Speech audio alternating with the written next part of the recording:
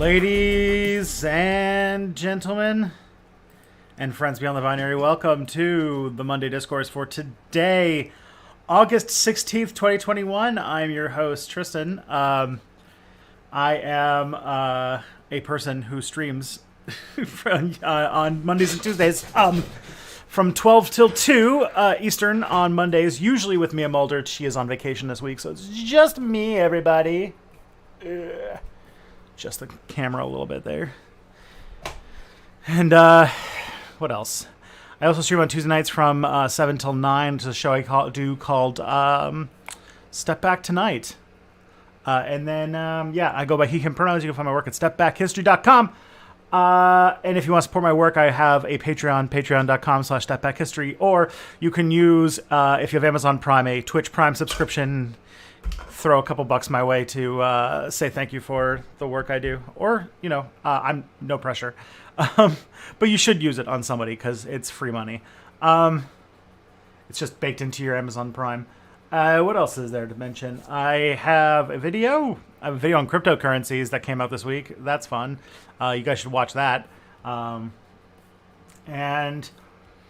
after the stream is over, I'm going to get started working on the next script for my video, which is turning into a pretty well-timed video on a topic that is kind of like relevant right now, which is going to be about 9/11's 20th anniversary and the role of America in the world and the war on terror. And with all the stuff going on in Afghanistan, I feel like it's very apt. Reality and my schedule collided in a very interesting way. So that's that. What else do I have to mention? If you want to submit questions to streams, you can go to the link I'm going to put in the chat, and you can submit questions. We don't really have that many streams today, or that many questions today, so I might dive into them if that is available, if that comes to that. But I don't have that much of a plan, and so we'll see where the stream goes. So this is your first time watching a stream. First of all, I'm sorry. This is a show where this is a show where I normally just hang out with my friend Mia, but she is on vacation, so it's just me. And I don't have like a whole like news program like I do on Tuesday nights. So this is just sort of going to be me riffing with you guys for a couple hours. So. But if you are new, please make yourself known in the chat. We've got a very supportive and good community going on, so please say hello, and that's that. Okay. I think that's it. I think that's all my opening spiel, anyway.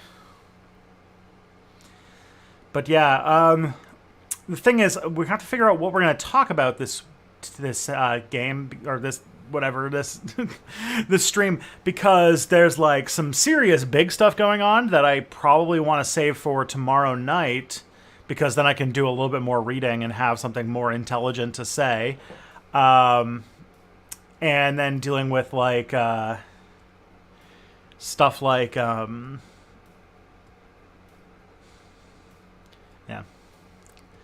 there's some stuff that I'm going to be missing out on, people want me to talk about Afghanistan, which is, I can say some stuff on, but also tomorrow night I want to talk about it more, but we'll see what happens. The other thing, too, is that with Afghanistan, the general news is that the Taliban took over Afghanistan's capital just a few hours ago and are basically now effectively in control of the country. There was some images that were very reminiscent of, the end of the Vietnam War and the fall of Saigon and stuff. And I have some thoughts about that sort of comparison everybody's making. But my next video is also going to be about like how Afghanistan and Iraq and 9/11 kind of say bigger things about sort of the place America is right now in the world and where it's going.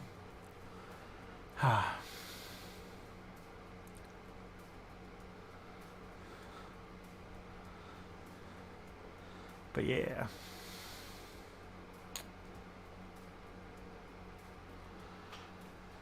And the other thing too is this is another piece of news that maybe hasn't made it through since all of the war stuff is going on.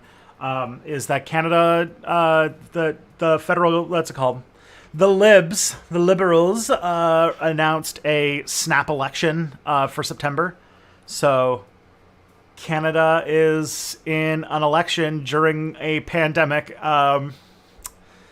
And it's a snap election that people have been dreading for a long time, and has like only 33, like maybe a little bit higher than 33% support for the actual election.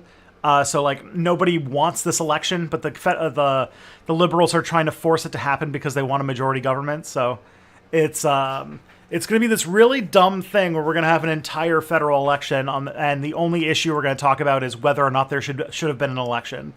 So that's going to be wild. So yeah, that's where I'm at. But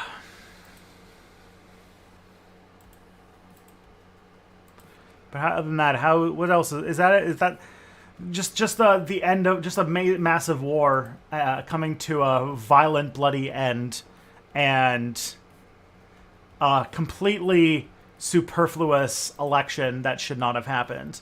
Those are the two stories. So that's fun.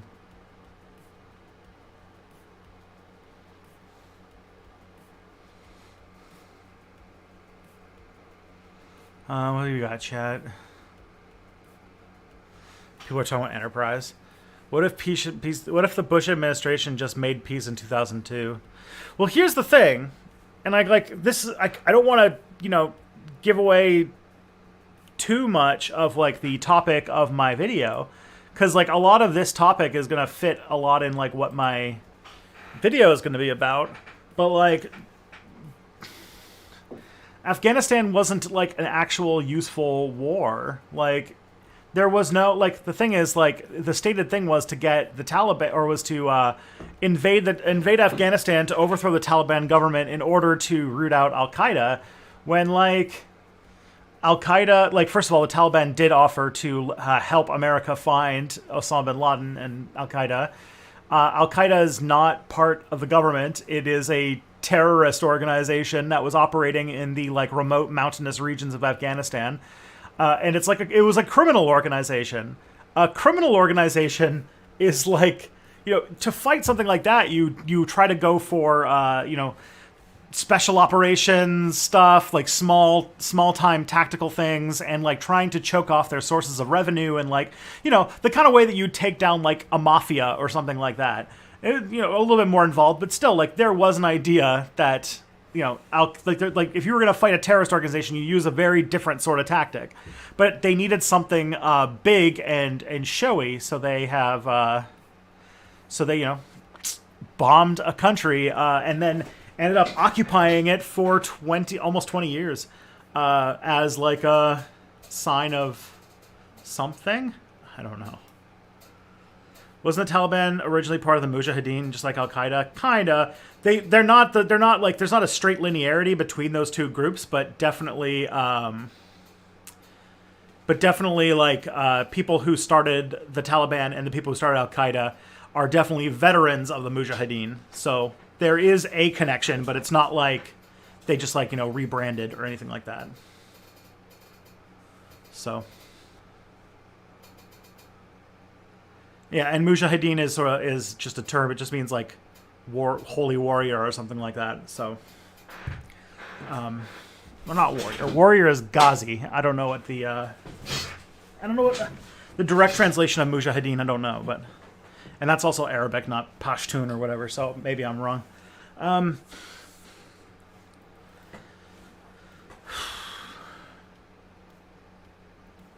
Yeah. So this is where we're at.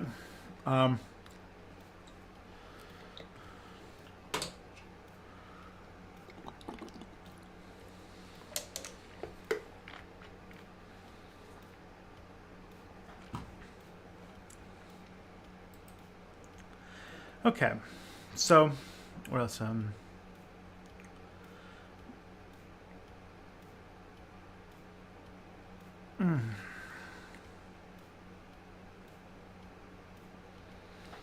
see. Suppose something wiped out most of Europe's population in the 13th century. Okay, we're apparently doing alternate history now for reasons. I don't know how I became an expert on alternate timelines, but okay. Subcontinent was repopulated by people in the Middle East and North Africa. Do you think that dhows, i.e., traditional Middle Eastern sailing vessels, could have crossed the Atlantic and discovered the Americas? I have no fucking clue.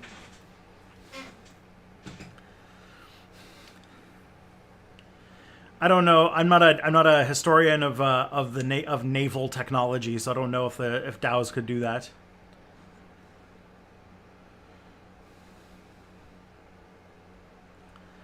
All right. Let's see.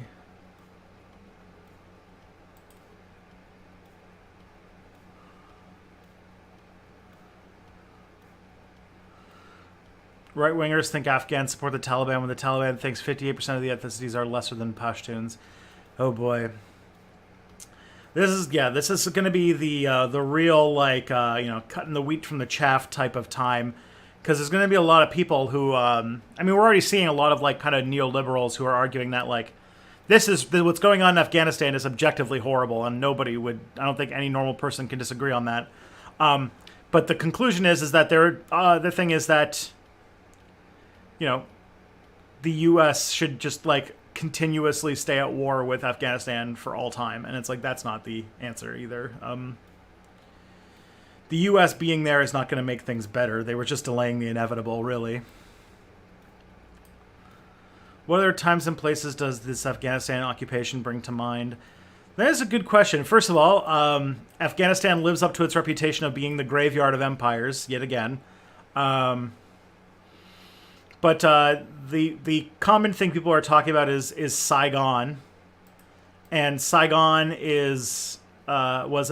I'm very curious. There's a lot of things I'm going to keep my eyes open for, and one of the things is that Saigon was, because of the role of the draft. I do wonder if we're going to have a similar type of discussion like a Vietnam syndrome, or any discussion about kind of if you read Bringing the War Home, you can see the Vietnam War experience sort of reinvigorated the white power movement in the 1980s. And I do wonder if there's going to be something like that with Afghanistan. But Afghanistan's already been going on for an entire generation. So I don't really know. And because there was no draft, and if anything, they've concentrated the people who go to war to just a few, a small caste of American society, these military families and stuff like that, that I do wonder if the same thing is going to, if the same kind of effect, I don't know if Afghanistan by the time it was over was not even that much in American people's radar. It wasn't a thing they thought about anymore. It had just been going on for so long, an entire generation. There were people in Afghanistan who were born after the war had started already. So it was wild. So I don't know what the meaning of the end of... I don't know what the end is. Will the war on terror end in the next decade? I think it's already over. I think the war on terror... essentially ends with this U.S. retreat out of Afghanistan.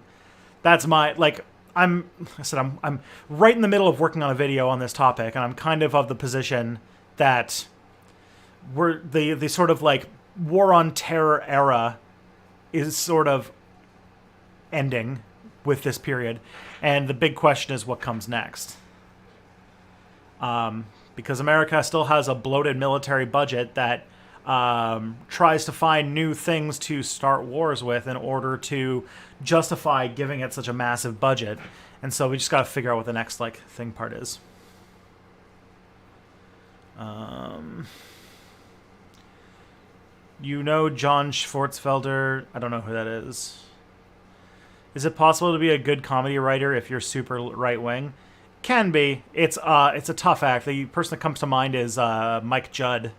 The guy who was the big guy behind the movie Idiocracy, but also Beavis and Butthead and King of the Hill, who has some. And there was also another writer for The Simpsons who was pretty right wing, who had some pretty funny stuff that he wrote. So it's possible, but they're a rare breed, I should say. And usually it's in spite of their political opinions instead of because of them. Why am I hearing Jimi Hendrix in my head every time they talk about the Vietnam War? Because he was music contemporaneous of the Vietnam War's peak. And so a lot of Vietnam War movies play Along the Watchtowers or something like that as part of it. Could you expand on that Graveyard of Empires bit, please? Sure. There's just this reputation because Afghanistan is this country that looks so conquerable and has some fairly useful resources, but more importantly, it's just a very strategic region to control. And so several countries, several massive empires have tried to conquer Afghanistan, and every time they do, they essentially not only do they completely it turns into an expensive quagmire that they never really recover from, and it always sort of leads the empire into decline. So for example, the big ones are the British tried to conquer Afghanistan, and it was the beginning of the end of the Great Game in Asia, sort of the colonial competition between Russia and Britain. Then there was I think the Russians tried to conquer it at one point. It didn't work out. The Soviet Union tried to occupy Afghanistan, and it was a big, expensive disaster that could be one of the reasons why Afghanistan ended up on, or why the Soviet Union ended up on sort of a path towards defeat, although that's overly simplistic, but it's a common trope. And now America has invaded Afghanistan, and it sort of did the same thing. The only empire that's managed to successfully conquer Afghanistan was the Mongols, which is kind of interesting.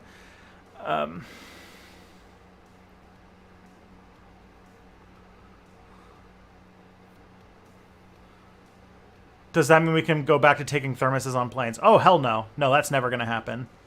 No. What's it called? The security theater of airports is never going away.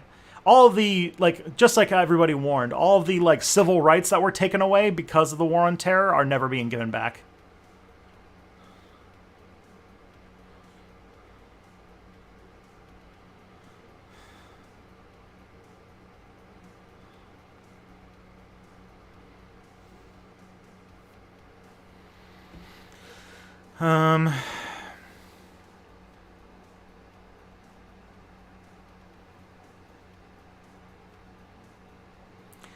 Can this be an electoral death sentence for the Democrats because of how it happened and how it's going to be used by conservative propaganda machine?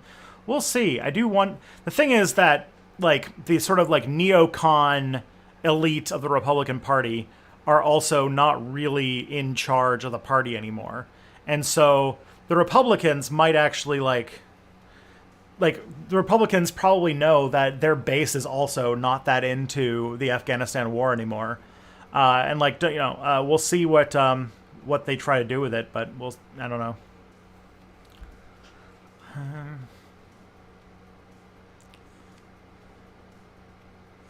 How the fuck does a land filled with mountains and caves look easy to conquer? Because there's not that many people. They've historically not been super technologically advanced. They don't have a massive military. So if you don't think about because a lot of Western military leaders have always seen military assessments not really based on insurgent warfare or terrorism. They always see it as can we defeat them? Do we have more men that we can defeat them on the pitch in combat? And that's how they judge whether or not they can win a war. And it's anybody can defeat the Afghan military, but they can't successfully hold that territory. They it's impossible to actually hold on to it.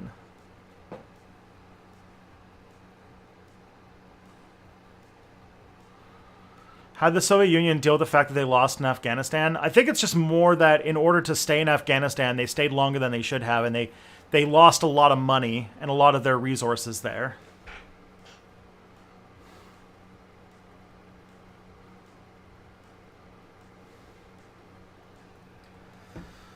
Does I mean, we'll see the U.S. dissolved in our lifetime. I don't think so. I don't. I'm not ruling that out, but I'm skeptical of that prospect. I think that more likely what we're going to see is a realigning of American geopolitical interests, which we have to see where that goes. But at this point, like,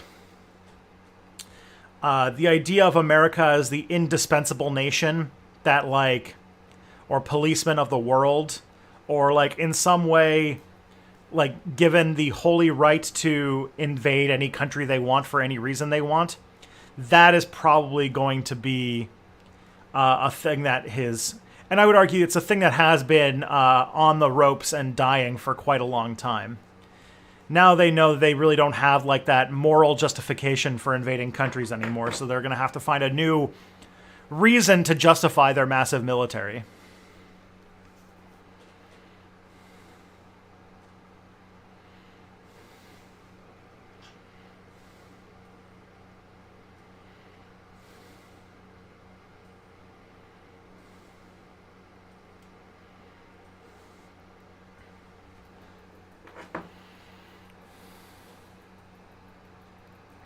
There are people unironically posting staying in Afghanistan to own the libs. I don't understand how you go, this is a waste of time of lives and we think we should stay longer. I don't know. For me, it feels like it's more like the sort of like centrists who are the ones arguing for Biden to stay in Afghanistan, which is just a weird, thing. Is Biden banking on the infrastructure bill being his Obamacare? Probably, but that's going to be a very sad thing.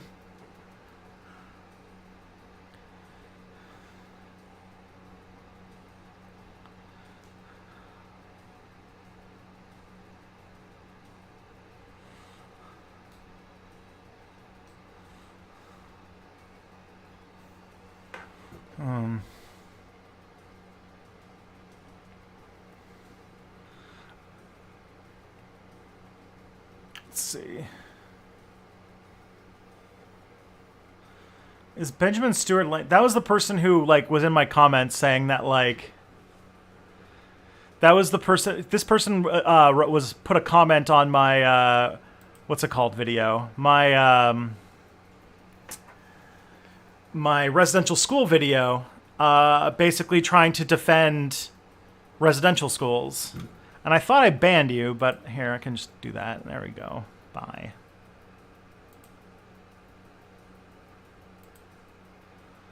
So there, take care of that.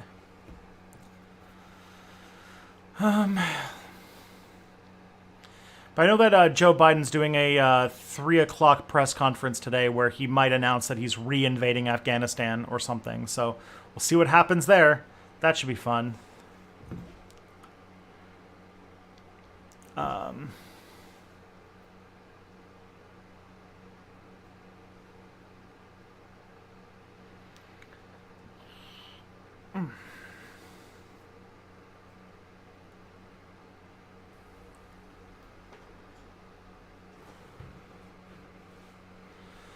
Okay. Your auntie was kidnapped into the residential schools. Oh my god. I'm very sorry about your aunt. That sucks. Oh. That's brutal. I'm sorry to hear that.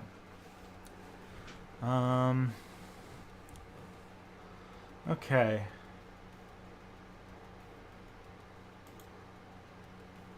Let's see. We've got some questions. Let's see. In California, there's a new regulation banning the sale of some powerful PC. While it's certainly unclear if it will apply to crypto mining computers, could this be the way crypto ends? With the banning of powerful computers? I hope not. I feel like computers, like, just banning computers seems like a really, like, weird, like, slash and burn solution to something like that. That's, now, like, having some sort of, like, limits on, like, how much, like, computer parts of certain types of computer parts, like GPUs and stuff you can buy, sure.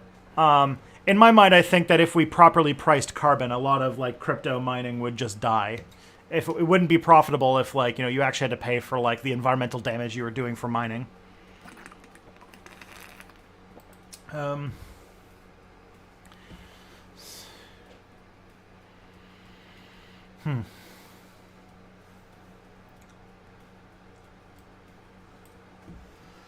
In your last video, you said companies don't care about making products, they only care about making money. Were the small partisan businesses that existed before capitalism different in that regard? Like, would somebody running a backstreet restaurant in Rome, oh my god, it's always Rome, actually care about making good food rather than profit in any way? Olive Garden does not today. To an extent, yeah. Like, I do sense that, like, this is the idea behind this is that, like, once something actually gets like the attention of specifically the financial class, like this is what I was talking about there is financialization, and it's usually it's a process that seems to happen once, like, you know, once something gets picked up by like specifically like traded corporations where they have a for-profit, like, you know, board of directors and a charter to make money, and that like their fiduciary duties and stuff like that is what leads to people moving in that direction. Because yeah, like it's much rarer that like private companies do this sort of thing, but public corporations tend to do it. But because they can do that, they outcompete all the private companies, and so private companies really have a challenge trying to grow past a certain size. And then, like, you know, then if they do try to be ethical past a certain size, and like once like their industry gets enough attention, then they just get outcompeted. This is why I think I made a reference in the video to kombucha. Like, oh hey, the other genocide denier is in the chat now. Why'd you guys both come out? You guys must be trolls.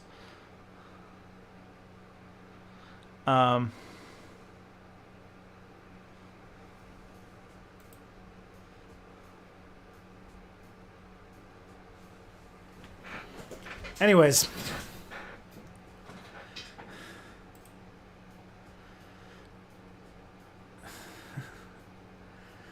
these are two people who were in the comments of my residential school video that I thought I had already banned, but apparently it doesn't count for chat streams, stream chats.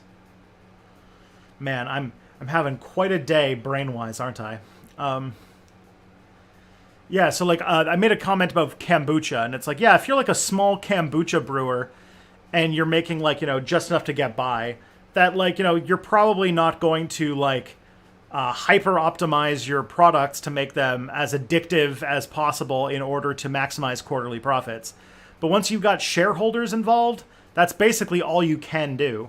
And the only reason why kombucha can do that, as an example, is because kombucha has a very, like, you know, kombucha has a very target audience, and you know, just kombucha's target audience, like, you know, like kombucha is only like so popular, and if it ever got popular enough that there was real money to be made by it, it would be taken over by corporations almost instantly. So.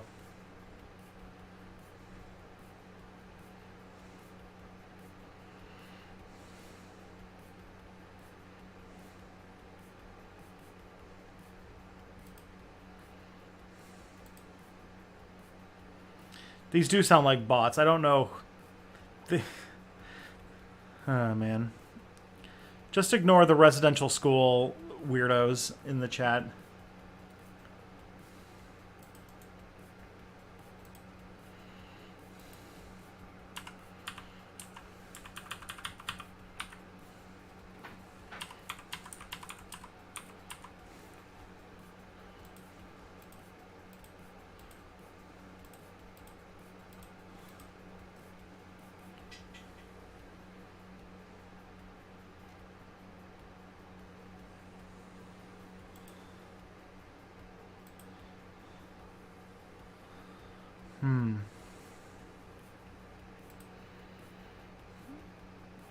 It's interesting that a company store still ever run by one person and one's family is probably way more ethical since they themselves own the means of production.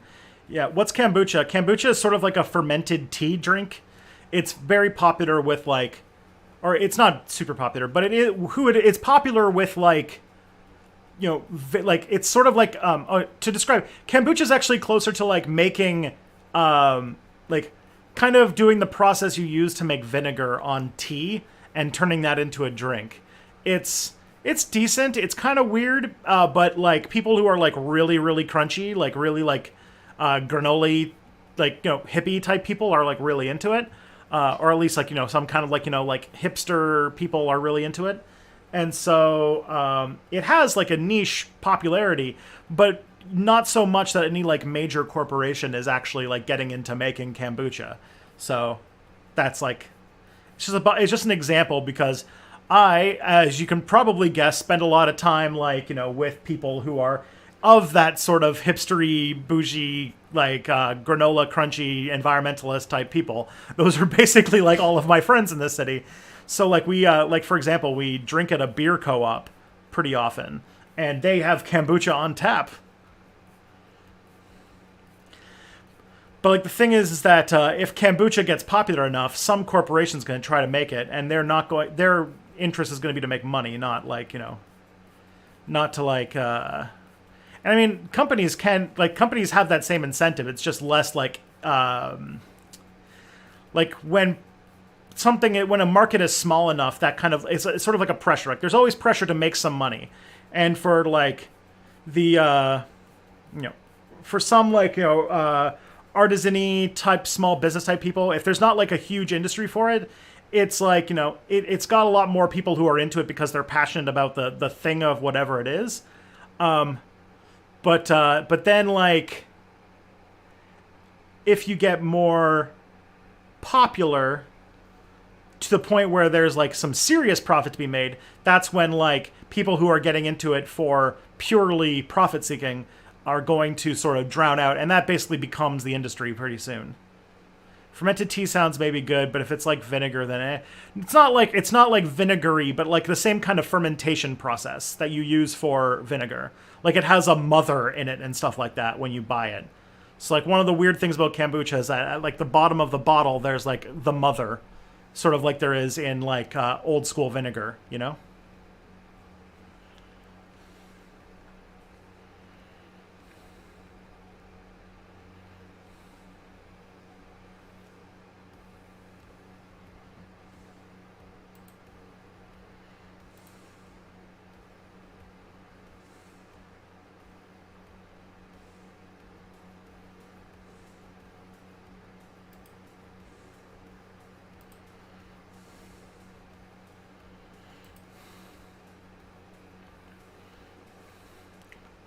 I was really just using it as an example. Sorry, I had to ban some people.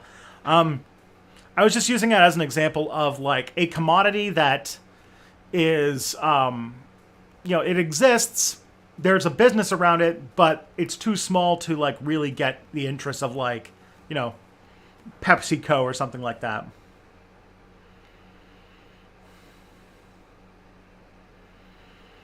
Is there any anarchist organization you would recommend in Canada? Not like there's no big ones that I know of. You have to kind of look in your community and find ones that are around.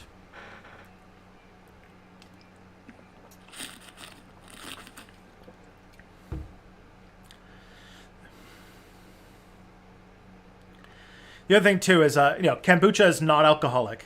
There's no alcohol in it. It's like fizzy, and honestly, it's good.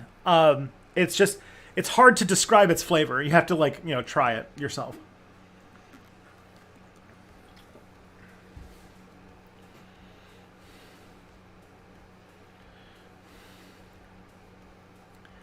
All right. You know how Dogecoin started as a parody of crypto and became so large? You concerned that someone may make Step Back Coin real?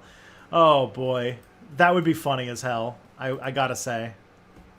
I was kind of planning on making Step Back Coin. Like, actually, like, I was on the fence about whether or not it would be funny to, like, actually follow through and make the actual currency that actually ran off of an Excel file on my Google Drive. And I just, like, I just added when people commented. I was like, that sounds like a whole lot of work for no reason whatsoever. So, what I am considering, and I got to figure out how to do this, because I don't really know. What's a good history or book to read about neoliberalism in the 1970s? Read A Brief History of Neoliberalism by David Harvey. I would like to probably see. I'm trying to find out how to do it because it's sort of like I don't know how to do this logistically, but I want to make a whatchamacallit. I want to make a step back coin, kind of like a challenge coin type thing, and just make like a limited run of them. But I would need to probably do something like I think there's a website for this. I really have to do the research first, but I think there's a website where you can like fundraise for the merch item that you're trying to make before you go and make it, where you like kind of like kickstart it basically, and that and like only if it like enough people buy it that it will make it worth buying or like make it worth paying, then I can go into it. Because like I think one of the things I looked into for making custom like challenge coin things is you have to have an order of a minimum of like I think like 250 or something like that. In which case, like while they're like they're not that expensive, it would be close to $1,000 because the minimum order is 250. So I would probably try to set up a site where it's like the only way that I could sell it is if if like 250 people bought them, and if I can't get 250 people to buy them, then there's not enough interest to actually put it together. That's the idea. But it'd be fun to do as like a one-off, run of merchandise. Because, the typical stuff like, custom printed t-shirts and stuff like that is one thing. But, that's like,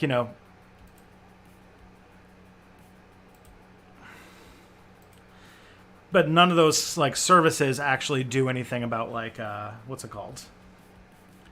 They don't do coins.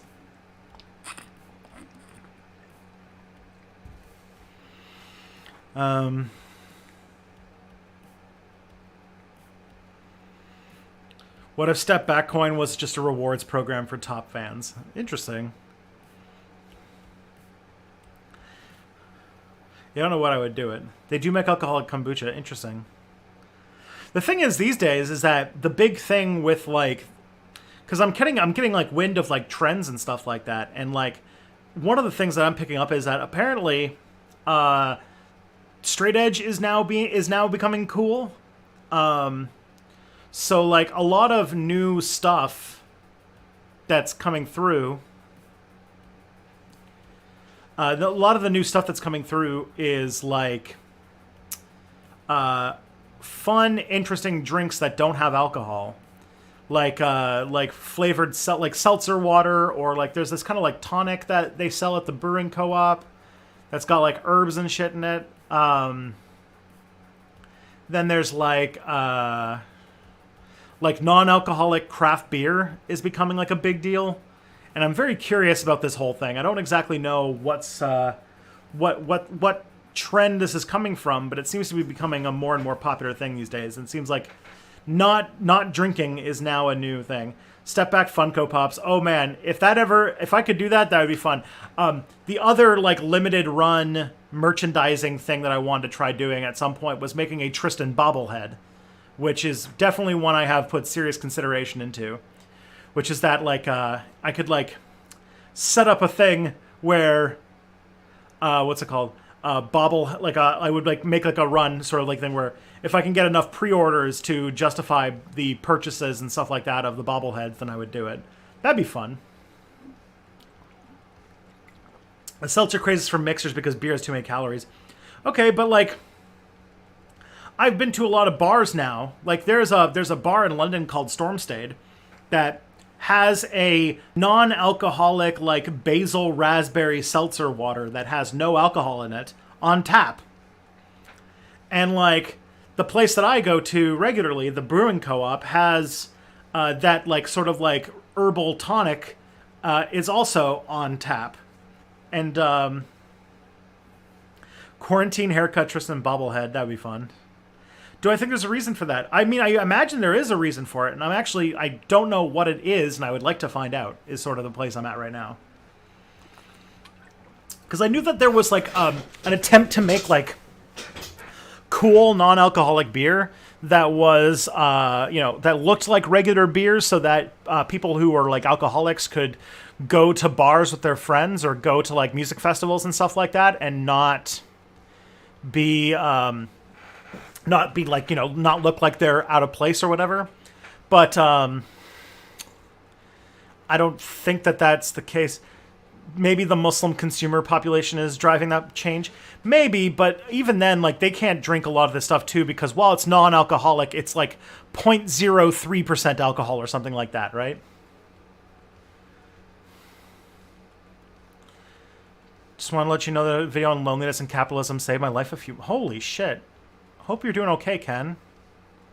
Thank you. Hope you're alright. Does teetotalism have environmental benefits like veganism, and is there an exploitation argument as well for it? I have no idea. My guess is, too, is that it's possible that, what's it called? The idea that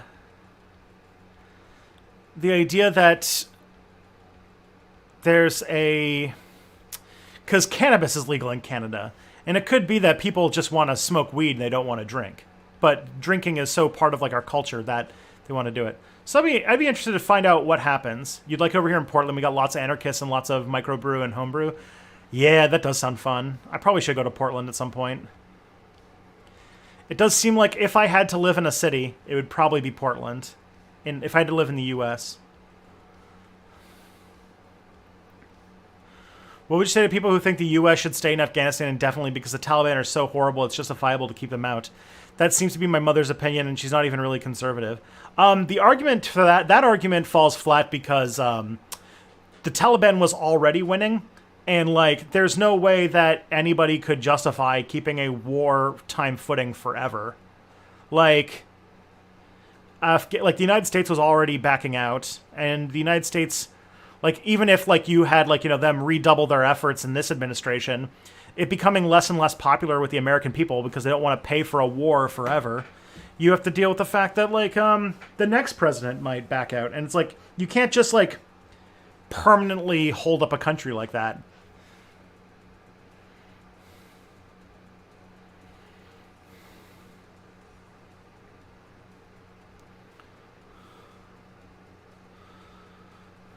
Are you of the opinion that people won't vote for NDP this election because the NDP have gotten so neoliberal and right-leaning that they have become no different than the Liberals? No, I don't think that's the case. They're not as left-wing as I'd like them to be, but they are a far cry from the Liberals. You could have made that argument during like the time of like, maybe like 10 years ago, but the NDP has, especially under Jagmeet Singh, it's gotten quite a bit better.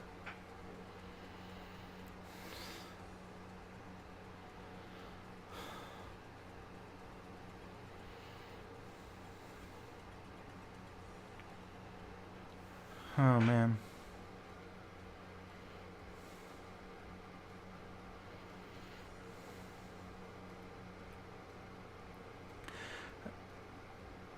The word alcohol is Arabic in origin. That doesn't surprise me. Since, like, Arabs invented so much of, like, chemistry, and they invented distillation and stuff like that. That makes sense. The other thing, too, is, like, on this sort of, like, making like this like mainstreaming of non-alcoholic like drinks and stuff like that, is that I've been seeing more and more ads for non-alcoholic whiskey, and I've been very curious about it because I don't typically like hard liquor.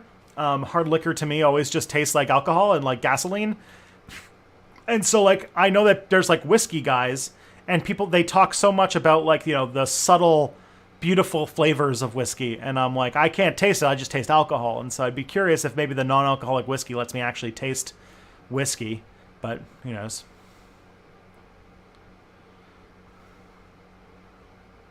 But yeah, I would be very curious to find out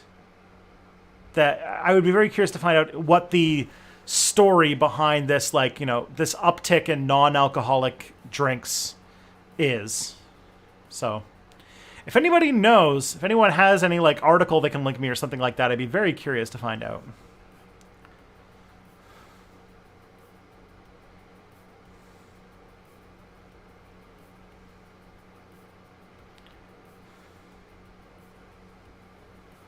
Why is Canada so communist? Oh, God. Man, I don't know if this one person's really got to find a better hobby. Okay.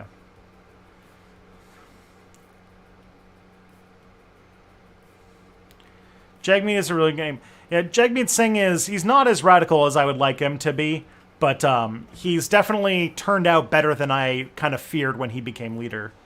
So, we'll see what he does in this election. But yeah, Jagmeet Singh has been, as far as NDP leaders go, he's been okay.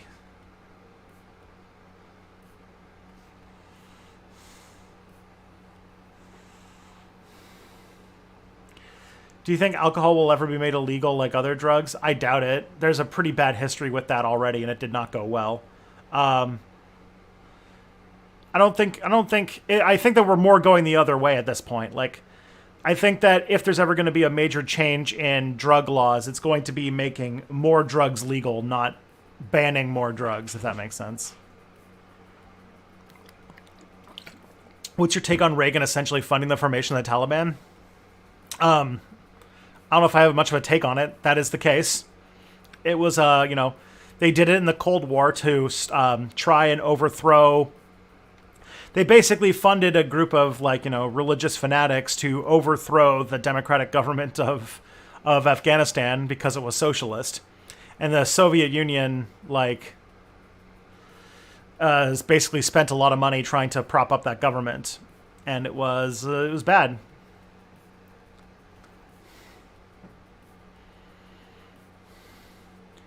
If you visit Portland, I can give you a tour of all the key protest spots because they've been protesting here since day one.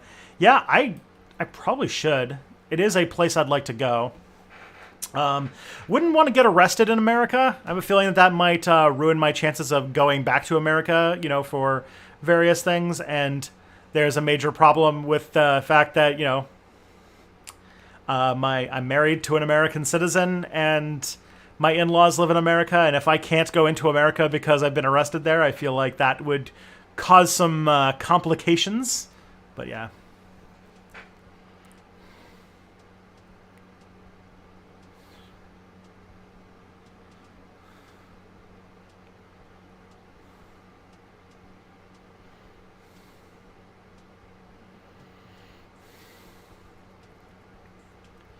You ever say anything about how Muslims actually do drink? It's definitely skewed by Canada, but I feel like it's not really uncommon or especially taboo in most places. Yeah, the whole Islam and alcohol thing is just how there's lots of stuff that's banned in a lot of religions. There are Jews that don't keep kosher. There are Muslims who drink. What's it called? I had a Muslim roommate when I was an undergrad, and we got shit faced all the time. What's it called? Turns out Muslims aren't a monolith either, and that they come in all types of flavors. So, yeah.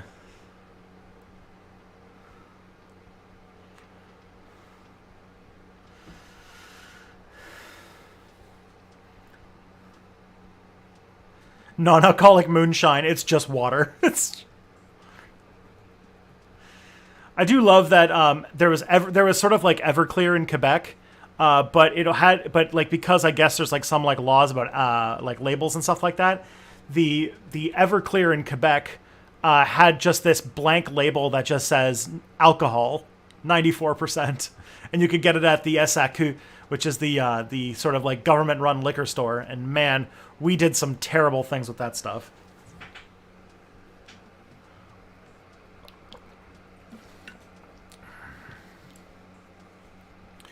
Maybe since more people are getting treatment for mental health conditions, less safe to drink because of bad interactions with psych meds. Maybe.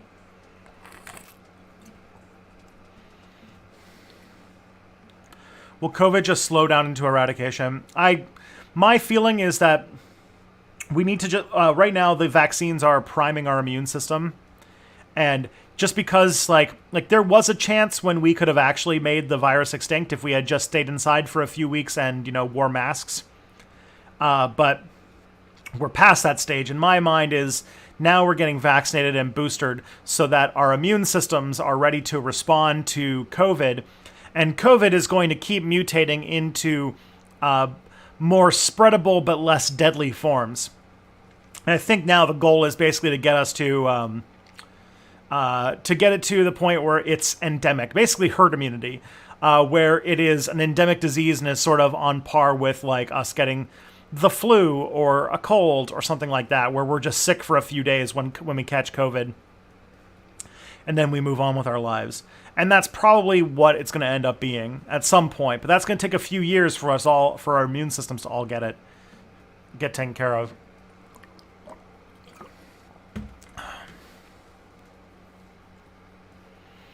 If alcohol consumption is significantly reduced as part of this trend, would it happen then? I doubt it.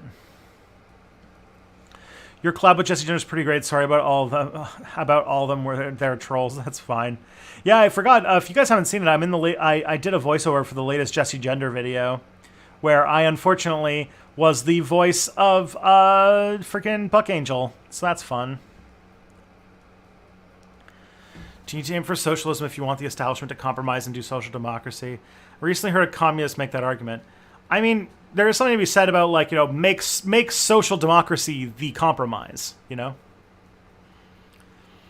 Just want to say thanks for all you do. I might not agree with all your viewpoints, but you always strike me as sincere, well-meaning, and well-researched. So again, thanks. Oh, thank you.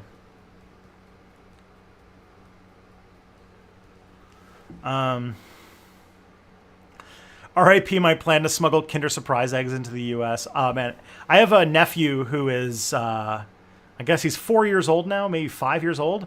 And at least a few Christmases in a row, I would sneak him some Kinder Surprises.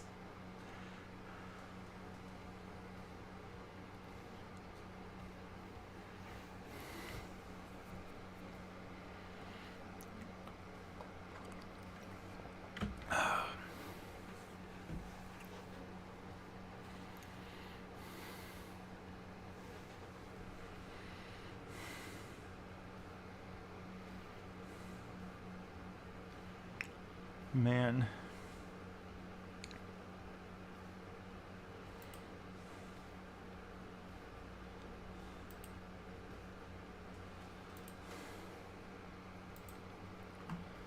Okay.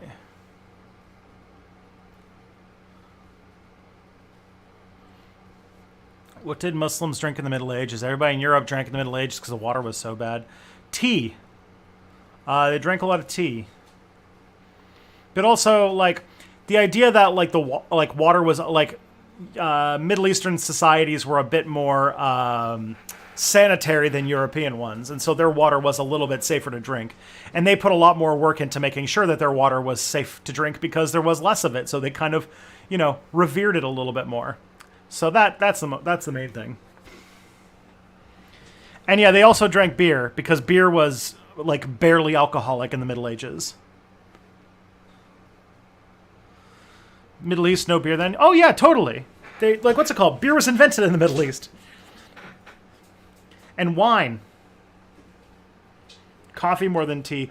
Yeah, that's true, especially later on once the Ottoman Empire kind of became a big deal.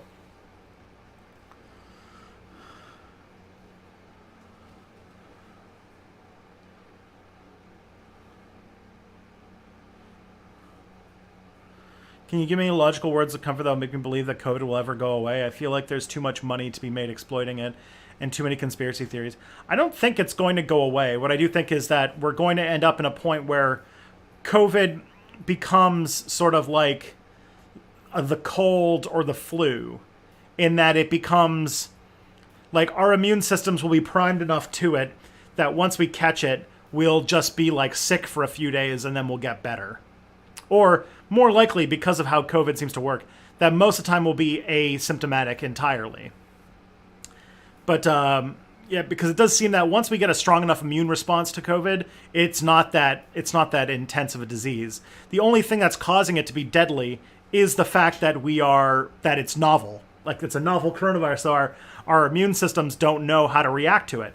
But once we get to like, you know, the point where it is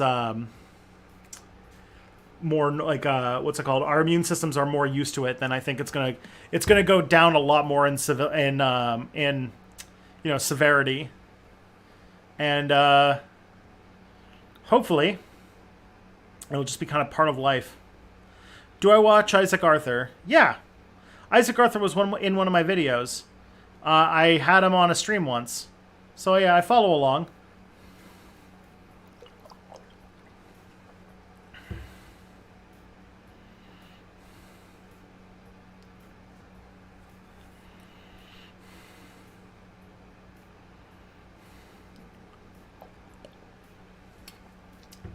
Is there any right-wing politician you have some respect for?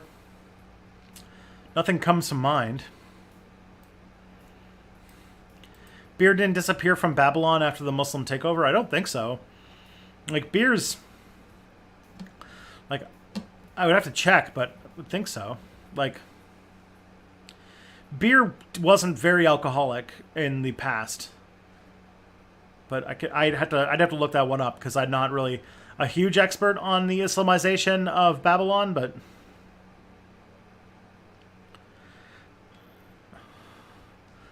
Question, what is the best beer? Ooh, that's a tough call. There's a lot of beer I like. I'm definitely like partial to IPAs. And also partial to when the pumpkin beers come out in the fall. But the only like beers that I really don't like are like Weissen beers, like that's sort of a type of, sorry if there's any Belgians in the chat, but a sort of like wheat beer that's popular in Belgium that tastes kind of like rotten bananas. I don't really like that one very much. And I don't really like lager, you know? Like, especially the one that's like made with rice and has that kind of weird ricey taste to it. No. Those kinds of beers are gross. But almost anything else I can enjoy.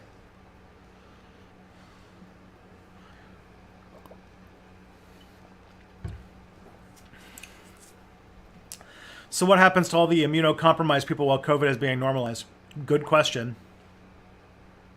See, I'm not saying this like it's an ideal thing. I'm saying that this is, given the current, material situation that we're in right now, like, if we wanted to stop COVID in its tracks and eradicate it, we would have had to have a way higher pickup of vaccinations. We would have had to have way stronger lockdowns, and we would have had to have way higher adherence to masking. But we didn't. That didn't happen. And now it's everywhere and pretty much impossible to fully contain.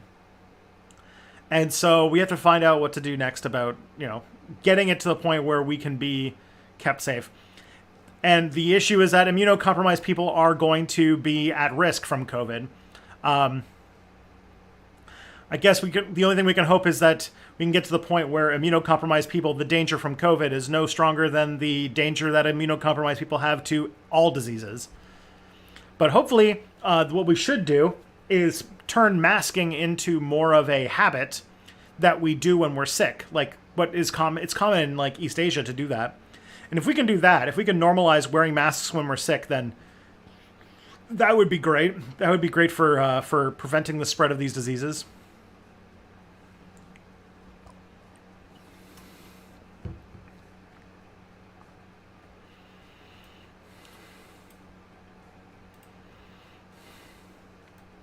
Yeah. So what you're saying is that the conspiracy theory, we need to make the conspiracy theorists right. It really will become the flu. Well, the thing is that, and this is like true of all viruses. Like, viruses are organisms, right? And they evolve.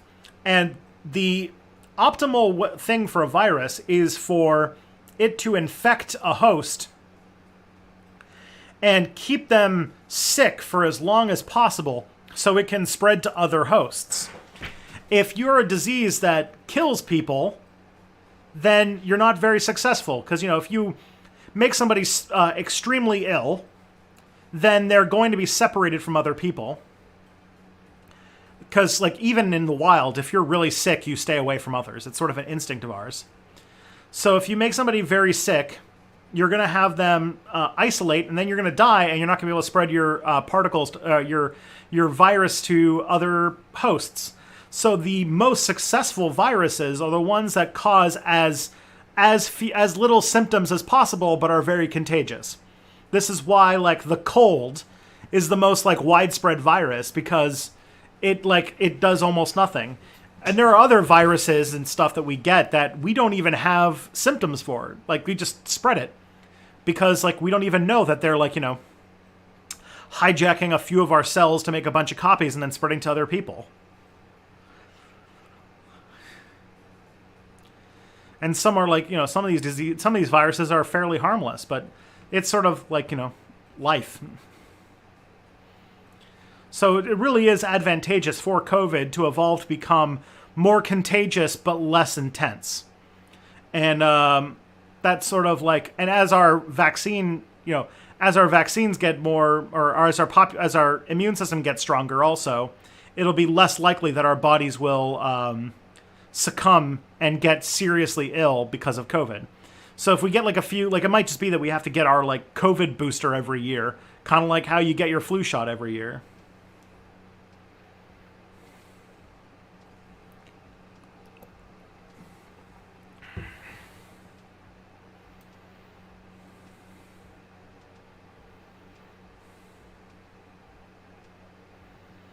Is it possible there might be some independent anarchist MLA and MP to vote for this election? I'm mad at the NDP for shunning Nikki Ashton. Not that I know of. Especially not one that has a chance of winning.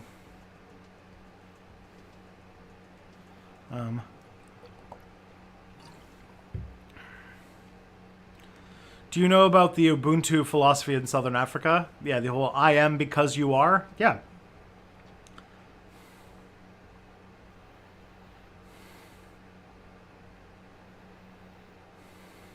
Smithix is pretty good.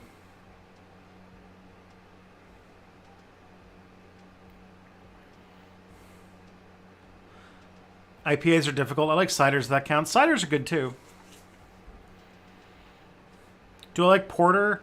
My wife likes porter a lot more. I don't mind it. The stuff that kind of tastes like soy sauce is like not my favorite, but it's decent enough.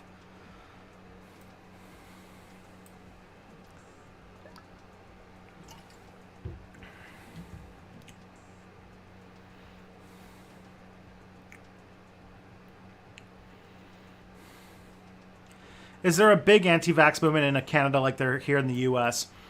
There is. I don't think it's as big. We don't have as much vaccine hesitancy as America does, but there is like, we do have like anti-vaccine people. We do have like an anti-lockdown movement. Although it's different here because in Canada, in Canada we've got something like 90% of people over 80 are vaccinated, but only like 64% of people in their 30s. And actually, like, the younger you get, the less likely you are to be vaccinated. And there's more vaccine hesitancy in, like, people in their 20s and 30s who live in rural regions. That's like the biggest demographics of vaccine, like, of anti-vax people.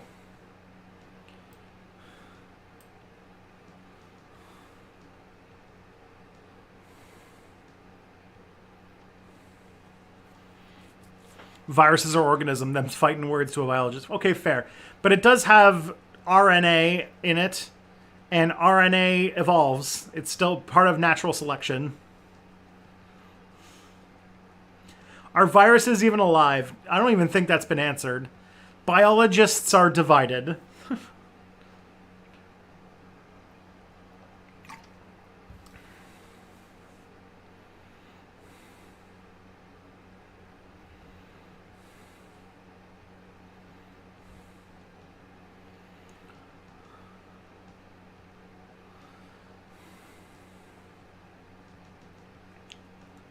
Yo, did this channel blow up recently? I could have sworn it was just 50K.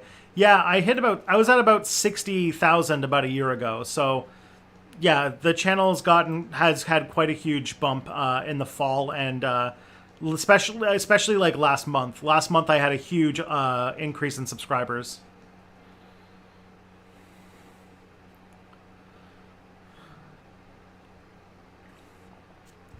Do you think the various issues such as climate change, democratic backsliding, etc. will outrun our efforts to control and stop them?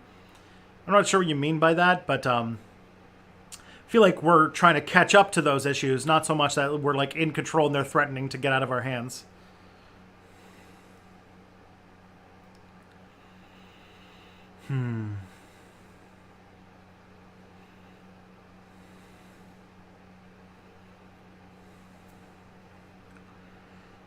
Can you do a video about Canada's involvement in the Indian Wars within Washington, Oregon territories? Maybe. Also, you could make a video about it. It sounds like you know more about it than I do.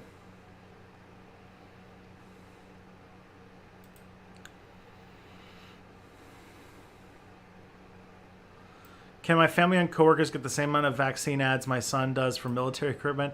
That'd be nice. Is there any anarchist or left-wing music you enjoy? What's my favorite kind of music just generally? I wish I had an answer for that. I haven't been listening to a lot of music lately, I'll be perfectly honest.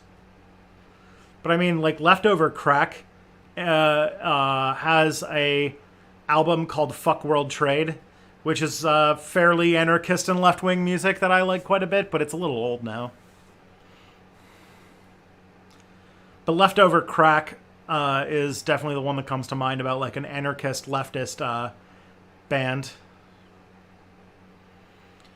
How do you feel about getting people to submit to vaccination by having their employees threaten to fire them? Ooh, tough one.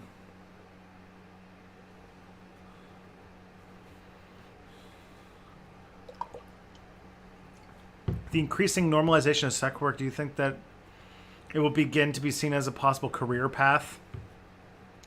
I mean, maybe. It'll be quite a while away.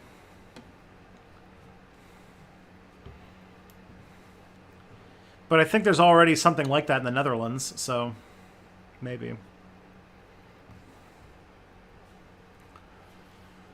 So suppose somebody is vaccine skeptic, but they get it anyway because they're like a line cook at a chain restaurant. The company tells them they can either get the vaccine or get fired. How do you feel about using injustice of capitalism to coerce people into getting that COVID vaccine? I mean, in some ways, it's not so much coercion as it is a matter of, like, public safety. Like, for example, like, you know, you can't be a pilot. Like, you can't fly a plane if you're drunk. In the same way, because that is a risk to people's safety. So saying that, you know, you can't work at a restaurant where your body is, like, the things like that, your body is going to be coming in contact with stuff that people put in their bodies, to say that you're not to think that like you could be fired for doing a job like that you know, while not being vaccinated against like a very big disease that's going around. Like, to me, that feels like it's on par with, like, you know, firing somebody for refusing to wear a hairnet or firing somebody for refusing to wash their hands. Like, I don't know, I don't call that like the tyrannies of capitalism to say, okay, hot take, but I don't think that it's a tyranny of capitalism that you can get fired from working at a restaurant, say, for not washing your hands after going to the bathroom. That's just a, you know, logical safety precaution. In the same way that requiring like workers who regularly are like frontline workers to get vaccinated would be in the same vein. But in a socialist society, they could just quit. Sure.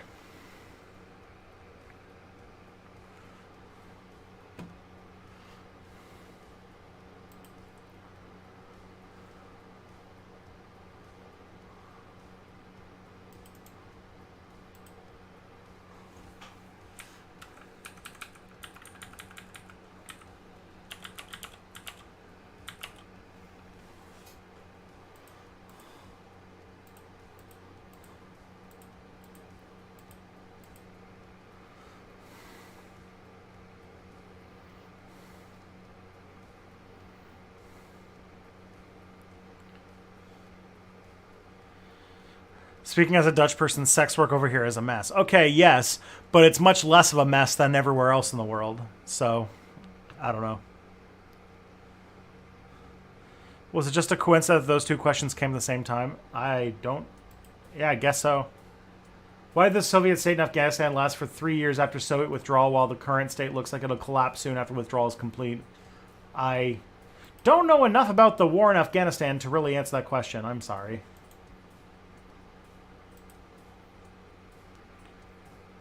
Appreciate your video on the residential school system. My mother and grandfather were sent to schools. The one my mom sent to is still open. They're still finding bodies. Jesus Christ, I'm very sorry. That's intense. My best to your family. That's, yeah. Still a very raw wound for a lot of people.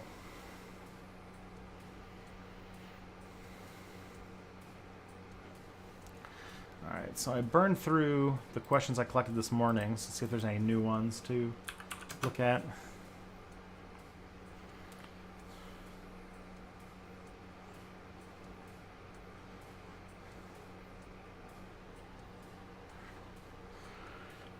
Yeah, in my mind, like, yeah, someone's like, there's no system where endangering others for your own personal freedom is okay. Yeah, like maybe you shouldn't work if you don't want to get vaccinated. Then maybe you should not be in jobs where you have to regularly interact physically with the public. Like maybe you shouldn't be a nurse if you're not vaccinated, or you shouldn't be a frontline worker. If you want to not get vaccinated and you just like live at home or whatever, like that sucks. But I'm not going to like tell you that you need. I'm not going to tell you that like you should be fired from your job because you're not vaccinated. But if you're going to work in like a restaurant, to me that's equivalent to not washing your hands or not wearing a hairnet or whatever. Do you think we could see another 9/11 style attack in one of China's major cities if the Taliban-Chinese cooperation fails due to the PRC's treatment of the Uyghur people in the western province? That's intense. I don't have an answer, though. Could we see it? Sure. It's a possibility. But, is it likely? Probably not. Have you listened to Pat the Bunny? It's anarchist folk. Check out another arrested or shot by him. Okay.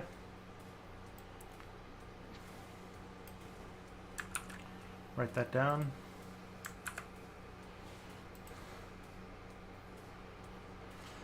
The people who are digging up mass graves, are they archaeologists or forensic scientists? I think they're archaeologists or land surveyors. I know they're using ground penetrating radar, and I think it started with archaeologists, but now it's gotten a lot bigger because now they're looking everywhere. So yeah, the Taliban would probably turn a blind support to the Uyghurs if it means securing Chinese support. Have you ever done any research on Korean anarchism? I haven't. I've heard about that there's like a big Korean anarchist thing that I should look at, but I haven't looked at it.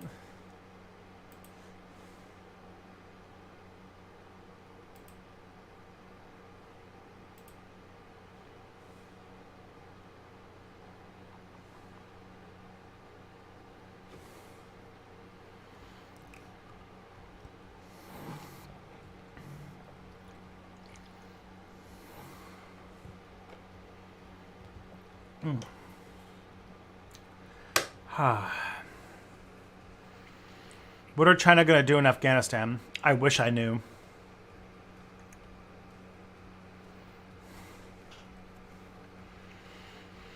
Sometimes archaeologists work with forensics. There's an interesting crossover with forensic anthropologists and archaeologists called forensic archaeology.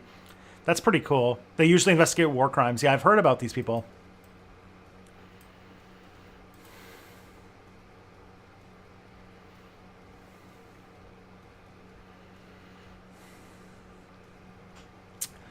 Whoa.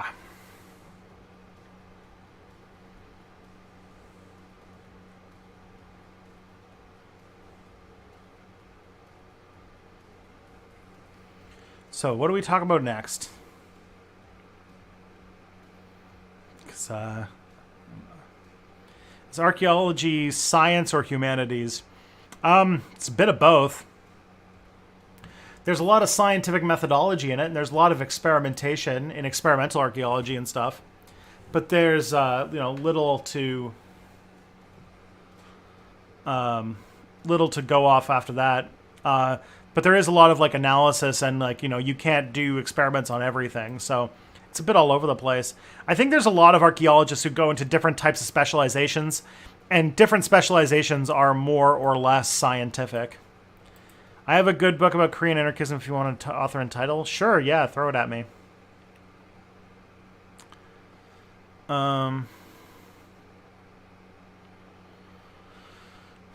Should we reconsider the morality of the Soviet Gulag problem for anti-vax ideology? Oh, boy. I don't know if that's a place I'm willing to go, but, damn.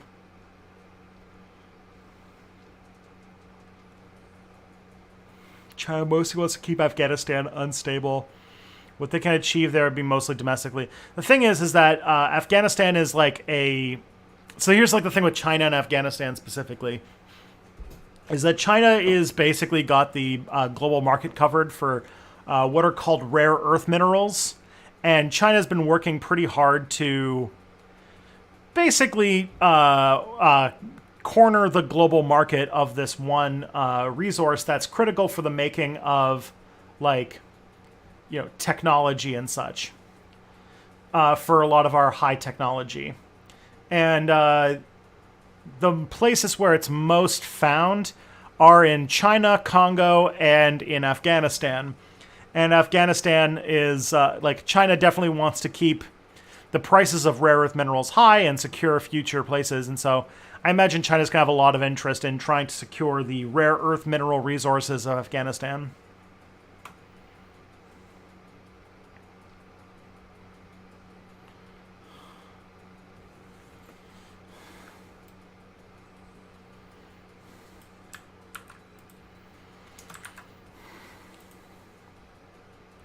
So that'll be part of their geoeconomic interests for sure.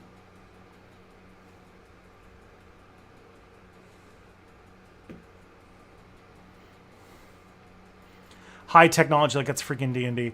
Yeah, well, rare earth minerals are used for, like, making touch screens, I think, and, like, kind of like cell phone batteries and stuff like that. So, do you watch Lower Decks? And if so, what are your thoughts on it? I like it a lot. It's my favorite. It's probably my favorite Kurtzman era Star Trek show, and probably might be my second favorite Star Trek show overall. I have a lot of fun with it. I enjoy it. It feels like a show that was made specifically for me.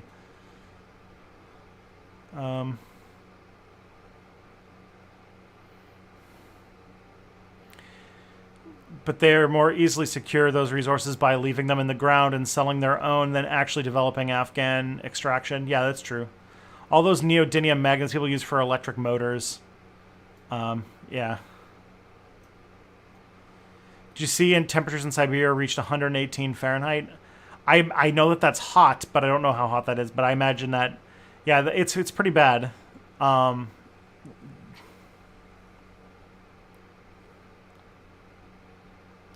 Yeah, season 2 of Lower Decks, the first episode was pretty good.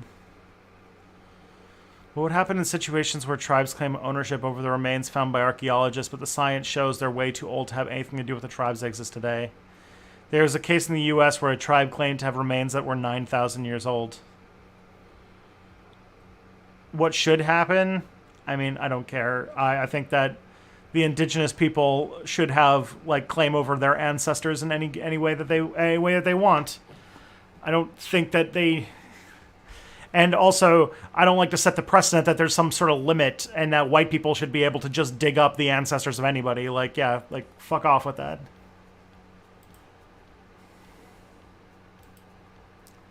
And the people who tend to make that connection that they weren't that related are the people who try to make the connection that for some reason that Europeans came to America before indigenous people, which is silly. Where can you watch Lower Decks in Canada? I watch it on this little site called the Pirate Bay. So there's that.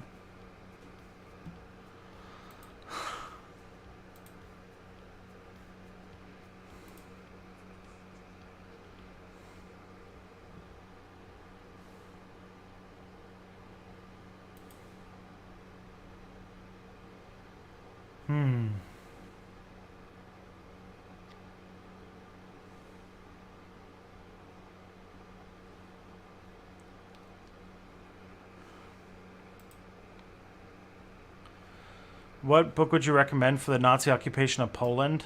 Very personal subject of mine. I actually don't know. That's not really an area of my expertise, so I couldn't tell you.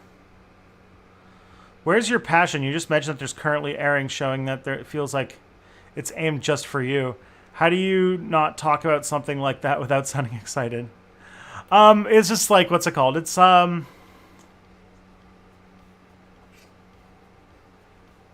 how do you not talk something like that without sounding excited? It's because, like, I'm like, my brain is doing all sorts of things right now. I'm trying to process, like, all of these messages and ban people and, like, it's a pretty good show. I'm also bad at just, like, sounding excited. This is the thing people give me shit for all the time. I don't have, like, I'm very bad at having the proper tone of voice for different random situations.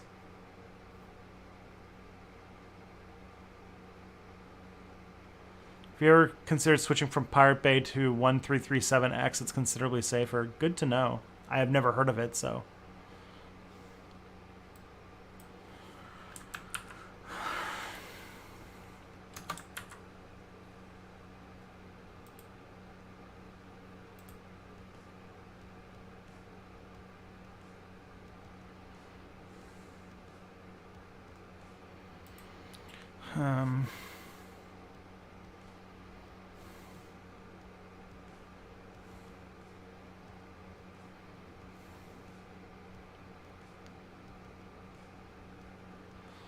Man, someone's just really out to be annoying right now. Did I like, because like it doesn't feel like, because like the thing is like I would think that I ended up on. Usually when the chat's like this, it's either one person who's just being annoying, or what's it called? Somebody like linked my stream from their Twitter, like some shitty reactionary YouTuber or something. I don't know what this is this time. You want Tristan to get excited? Ask him about D&D. Yes, I should. That definitely will get my engine running. Although I'm also just kind of like, I didn't sleep. I was up fairly late last night. I had friends over until like almost midnight, so I stayed up a lot later than I normally do. So I'm also kind of like, a little sleep deprived today as well. So that could also be the cause of why I'm not, doing the thing.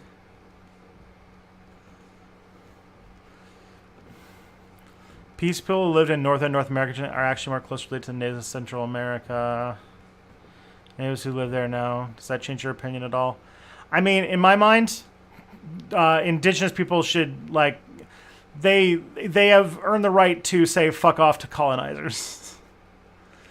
Like, I don't think that I don't see the validity of the argument of just because these indigenous people are not related to the specific indigenous people who are there right now, that somehow white people then therefore have complete permission to dig up their graves and steal their dead bodies. To me, that's fucked up and should not be a thing.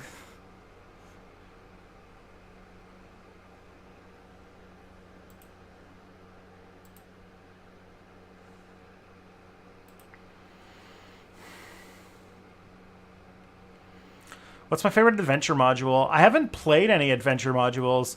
Like, the thing is, I'm a perpetual DM, so I've only ever run D&D, run my, homebrewed everything. I never even considered that I could run the modules. And I haven't ever had a D&D group that wants me to run, like, one of the hardback campaigns or even an adventure module. So the only adventure modules I've run are like really small ones, and none of them are like, high quality ones. They're just like a few things that then I would do like 99% of the work to make it fit what I wanted to do. So I can't really say I have a favorite. I'm running one right now that is about a cult of, what's it called? A cult of kobolds run by like a dragonborn cleric that's trying to raise a bunch of dragons to bring back Tiamat or something. It's kind of fun, but it's like, it's one of those ones that I got for like 99 cents on Drive-Thru RPG, and it was like, not exactly the most or DM's Guild or something like that. And it's not like, it's obviously made in like Microsoft Word and stuff like that, so it is what it is.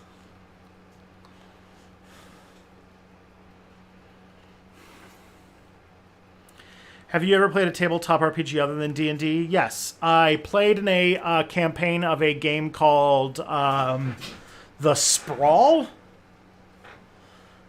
Teko, thank you for the great stream. Well, thank you. I played in a game called The Sprawl, which is sort of a cyberpunk powered by the apocalypse game. I played in a campaign of that where I played Anonym, who was a biohacker who ran a store that was like the equivalent of, those like sketchy cell phone shops, but that would like jailbreak your phone. But she ran it for for cybernetics, and she was like the one who was loaded up in cybernetics.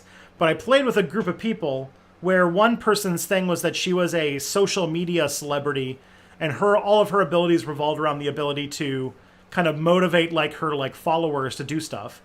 And the other character was just like a teenager who had a car and could drive really fast.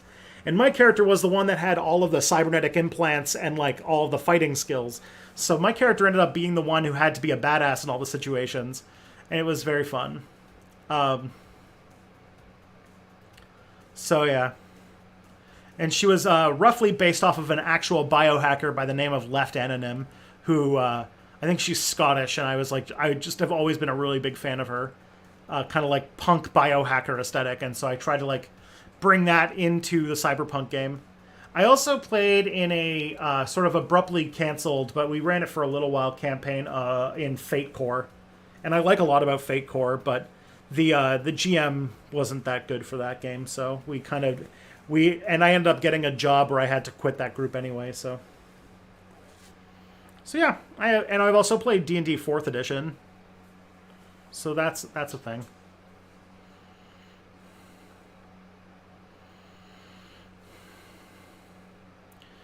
So I take on things like Utsi with regards to human remains science. I mean, Utsi's been like a huge boon for understanding of ancient peoples in Europe. But I mean, like, he was a European person in the Alps who wasn't like from a colonized country. Like, it's a different type of situation.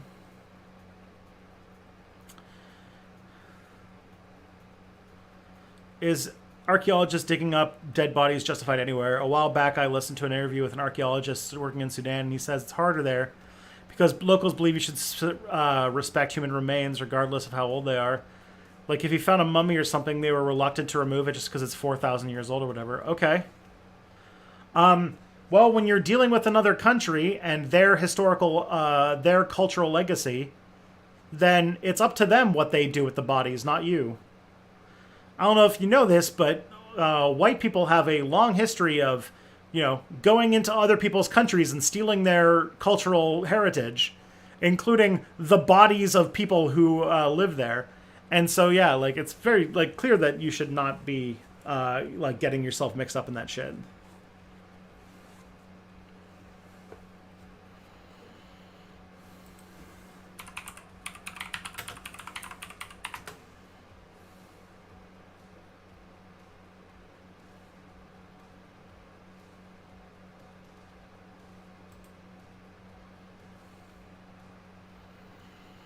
Museums are just like vaults for their stolen shit, for real.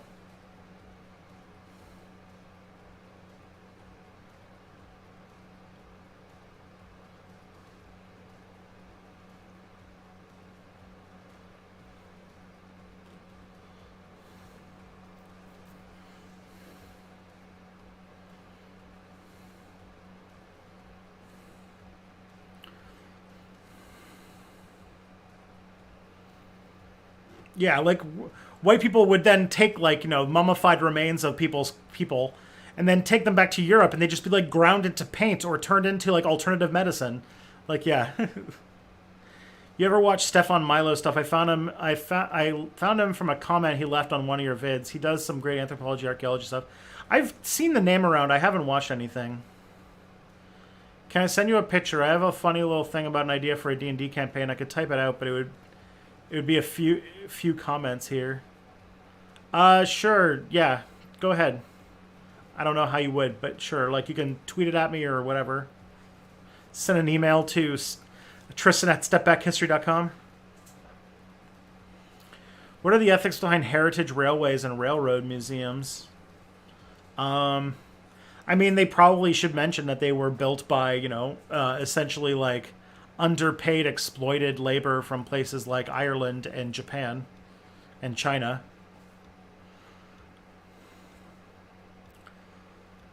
What about white people teaching natives the methods of archaeology so they could learn from their own past? Sure. If, what's it called? If that's what they want to do, sure.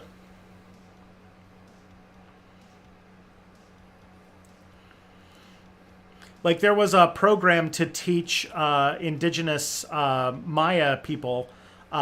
Once archaeologists started to figure out the Mayan language, they started to actually like teach, or they started to get indigenous Mayan like communities to start learning the Mayan language as a way to like bring it back. And so like that's a way that like, yeah, like there's like a cultural way of like trying to decolonize in some ways through archaeology.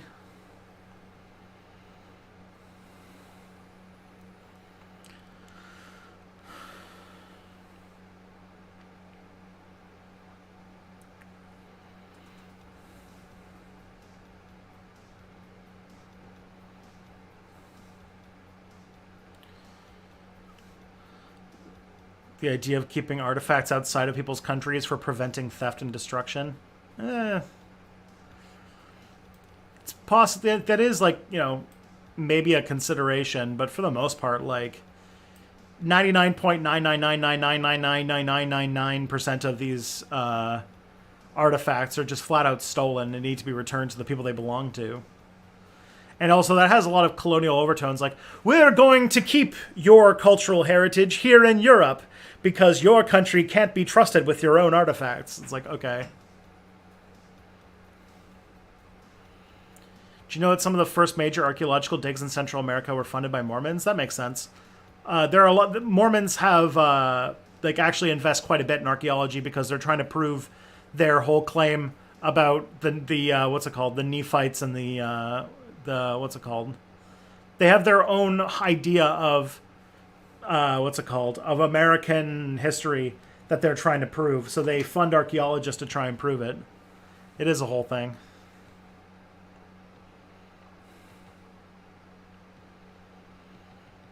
Have binged your content for a few weeks. Thanks for the videos. Awesome. I'm glad you're enjoying them, Dead Red Zebra.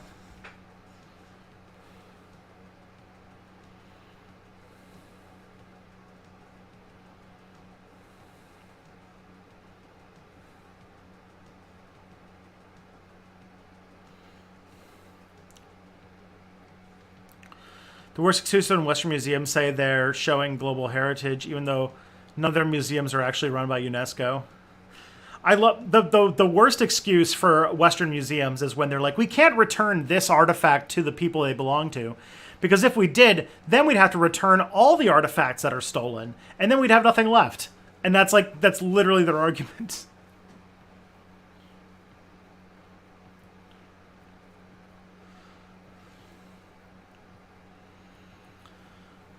Guy destroying his own faith. It's kind of like a sad story. Where would I start reading with Emma Goldman? I know you're the person to ask. Emma Goldman has written several of her own books, and I think that would probably be the best way to go for it. I think that the best Emma Goldman book is called Anarchism and Other Essays. Let me just make sure that's what it is. Anarchism and Other Writings is my favorite Emma Goldman book. And Living My Life is her autobiography, another really good book to read. I think those are probably the two ones to go with. The Anarchism and Other Writings is sort of an outlining of her her political philosophy and her interpretation of anarchism, which is a very unique, because like Emma Goldman, like where she is unique in like the history of anarchist philosophy is that she was this interesting mix of this American-style individualist anarchism mixed with anarcho-communism, and she sort of like bridged those two ideas in a very engaging and in my idea, very in like a very convincing way. And her book Anarchism and Other Writings is sort of a collection of her papers outlining that philosophy. And then there is a different book that, like I said, it's called Living My Life, which is her autobiography, which I think speaks a lot also to like understanding her life and how she came to be the person she is. So that's it. I feel like I binge your shit for days, once every few months or so. You're an endless wealth of entertainment and knowledge. Jeez, thank you. If that's a nice way to, that's a very nice way to say that I have made a lot of videos. Because I have made, how many videos have I made now? It's a lot, like way too many. Because I've been making YouTube videos for like 6 years now, right? So, almost 6 years. Every step out, episode in order.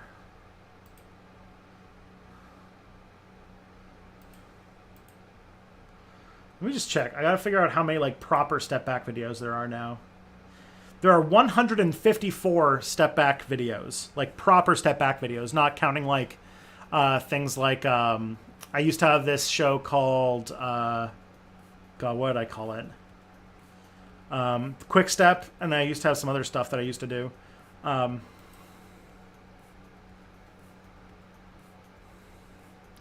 to get into Emma Goldman studying in college. It was me getting into anarchism and researching anarchism and like researching the various like big thinkers in anarchism. And when I was trying to figure out like where different ideas came from, and I read different philosophers, like I read Kropotkin, I read Bakunin, and I kind of came around to like, I'm trying to figure out like, oh, who's like, compelling all these kinds of things. So I was exploring the idea because when I became an anarchist, it was 2009, and there was basically no other anarchists that I knew of. There weren't even that any anarchists on the internet that I was very aware of. I mean, there were some. There were like tons of them, but like they weren't like prominent on like social media or on YouTube or anything like that. So I went and like delved into like books, and like Emma Goldman, just when I found her books, were just like, this is the most compelling case for anarchism I've come across. That anarchism is a act of liberation, that it's not just about collectivizing our resources and like working together, but it's also about personal freedom and joy and love and our like, emotional personal connections, and the whole like the personal is political and like all that kind of stuff. Like it's like all this like really, because like there's this really like interesting like dichotomy where like there are some socialists who don't value a lot of things that they see as bourgeois liberal values, like things like freedom of speech and like freedom of religion and general like letting people live the lives they want to lead, are to a certain type of socialist are considered like bourgeois liberal values, which like to some extent makes sense. You can't eat freedom of speech. You can't shelter yourself with with expression or anything like that. So there is something to be said about this, and I think that any of these at the exclusion of the other is can be a problem. And so when I got into anarchist stuff, like Emma Goldman to me was like the philosopher that I understood as having a really great grasp of the importance of like personal liberty and like your right to enjoy and live and love and express, but also understood that this is like, there's materialist, there's a collectivizing aspect to it, and that marrying that sort of like those two branches of anarchist philosophy was pretty important to me, and I was pretty happy to see it, and I was and so yeah, she meant a lot to me about like about where I like grew as a kind of political person. And so yeah, she means, and also her story is just very inspiring. So that's why I have a framed picture of her right here, and I have I almost did my dissertation on her specifically. So I have this feeling that at some point I might go back and do my PhD again, and instead of doing a dissertation on 9/11, I might do a dissertation on Emma Goldman.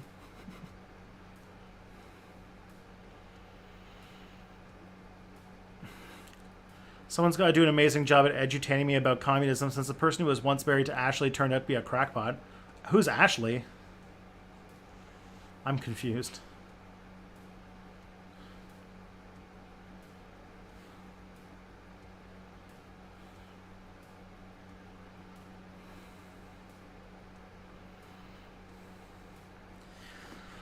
Best thing for the individual is to reject individualism. I mean, there's points where that makes sense, and there's points where it doesn't. Like one of the things is that like Emma Goldman is like one of the people very big into Emma Goldman is basically like the intellectual mother of anarcha-feminism, and taking those like kind of like identity politics issues about trying to do what you can to fight oppression of a group that you belong to, and tying that into a greater movement of liberation against capitalism and against the state. I think is actually a very important and useful way to look into it. Because, yeah, a lot of people are motivated by their own material interests, and your own material interests include, like, you being oppressed in your society. And if your motivation for overthrowing capitalism in the state has to do with racial justice or gender justice or a multitude of all these things based on the different ways that you experience the brutality of capitalism in the state, then I'm all for it. Found your channel through your video on the Baha'i faith. Thank you. Love the content. Keep up good work. I appreciate that. Thank you. That is a video. I'm very proud of that video.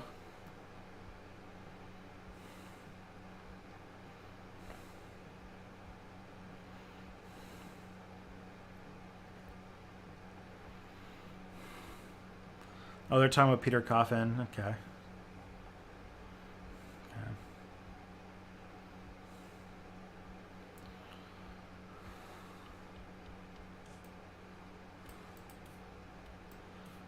Yeah, AJS Beast has a pretty good answer. The individual will always be inseparable from the collective, and uplifting the collective will help people. But making impact on the individual level is the end goal for everything. Yep.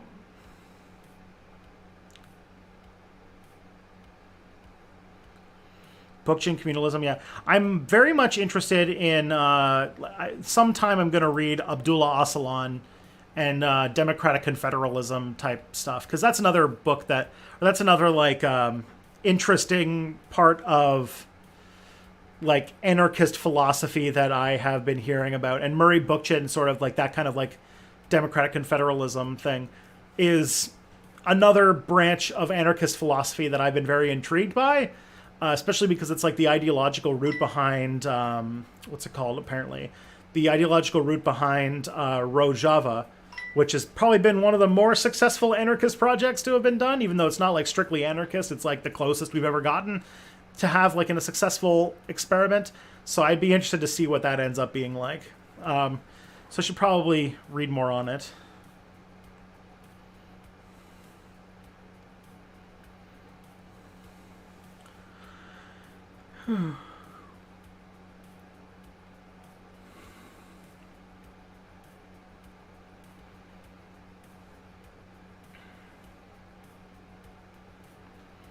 Post-scarcity anarchism with Mary Bookchin wrote about is interesting. Cool.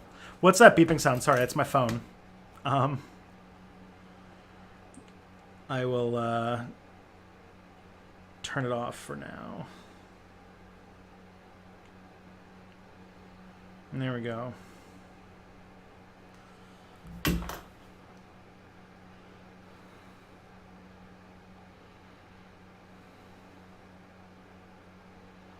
have a friend of mine who's in Rojava right now, and he's told me all about it. Good work there. Interesting. I listened to the Women's War, which I felt like was very interesting. A lot of stuff going on there. Very cool.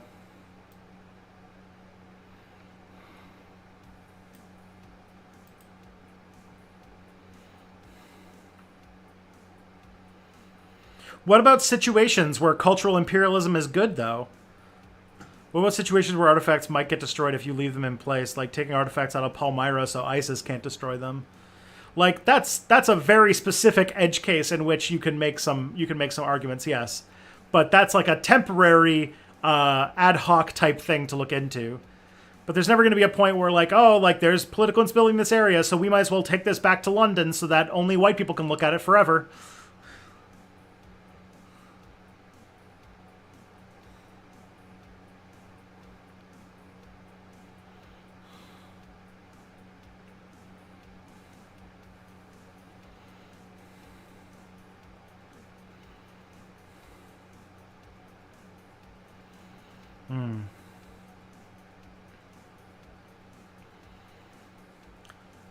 Oh, man. Intense stream. Lots going on. I'm going to, at some point. Why are the 1 millions of deaths outlined in the Black Book of Communism always waved away with capitalism kills more? I made a whole video about this. Well, Lou, there's two ways we can talk about that. So first of all, Lou, is that there's it's a common time in kind of the critique of communism versus capitalism about trying to defend your system by talking about how the other one is worse. Both of them do that. And in my mind, I think that it's a disservice to the left to not look into the sort of like, failed projects of attempts to create communism and what we can learn from them, including like, like some like including like this like stuff under like Stalin's regime and stuff like that. But on the other hand, the other big thing to remember, Lou, about the Black Book of Communism is that it is a very contentious title. The research in it is very questionable, and it's extremely like it uses some really, really ridiculous ways of counting to determine that like humongous number it gets, like 100 million people died under communism, is very, it's really bad counting. And like several authors in the Black Book of Communism asked to have their names removed from the book because they thought it was so badly framed, and that the opening essay where it gets into the 100 million thing is so like is like patently dishonest. And so like, so it's an extremely uncharitable look at communism, and doesn't like, it is explicitly just like anti-communist propaganda in a lot of ways. So there's that. And also, and in our society, because capitalism is so just like baked into our idea of what, like, because our society is just so capitalism. How many millions is too many then for a charitable view? Okay, that's not what I'm trying to say. But I will say that the number is like grotesquely exaggerated. And then on top of that, because we don't see the people who are killed because of capitalism, because we just say, that's just the way the world is, because the world is dominated by a capitalist world order. So we don't think about how many have died under the capitalist system. But I've also, in that same video, you should probably watch it, Lou. You'd probably find it interesting, I hope. I think it's called Is Socialism a Threat? Here, I'll go find a link for you so it's easy.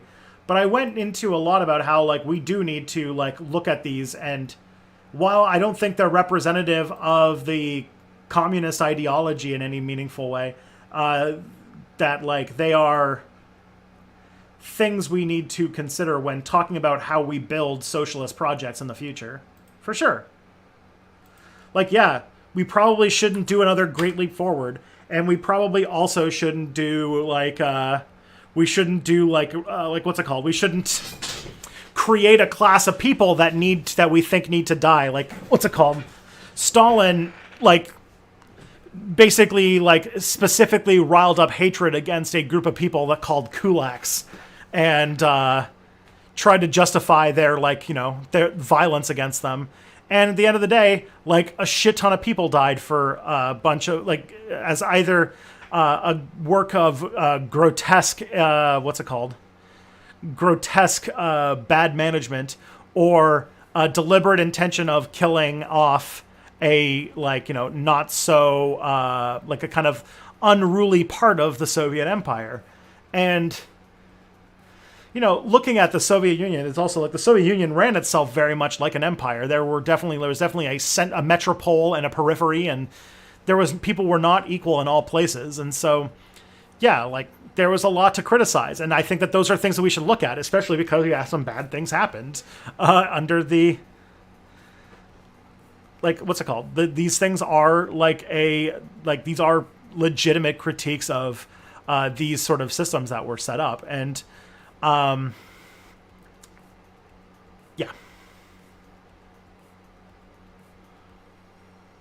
How do you avoid another kulak situation?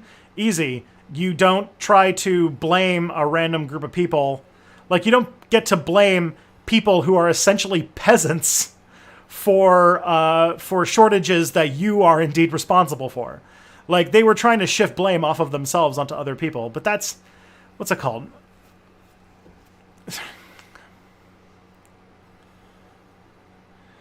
Divide that by oppressor and oppressed class. I mean, like, okay. I'm trying to think how to really... put this thing together. So in a way that, because like in some ways, I'm trying to hope. I'm hoping that you're just not kind of getting, like, it sounds like you have just a bunch of very strong anti-communist propaganda that's been then laid on you, which is fine. Like, that's you're what you're saying are very like boilerplate anti-communist arguments, and so it's like, okay, you know, that's a thing. I'm not blaming you for that. That's not a bad thing. It's just, you know, most people experience that. But I mean, communism at its core is about, are Bezos and Musk the new kulaks? No. Bezos and Musk are the new Alexander the Seconds or Nicholas the Seconds or whatever. Like, or Tsar Alexanders. Like, they are the new royalty. Kulaks were just like middle class peasants in Ukraine that when there was a drought combined with really like a desire for the Soviets to make a profit by selling Ukrainian grain on the global market, that resulted in there not being all that much food in Ukraine for Ukrainians to eat with.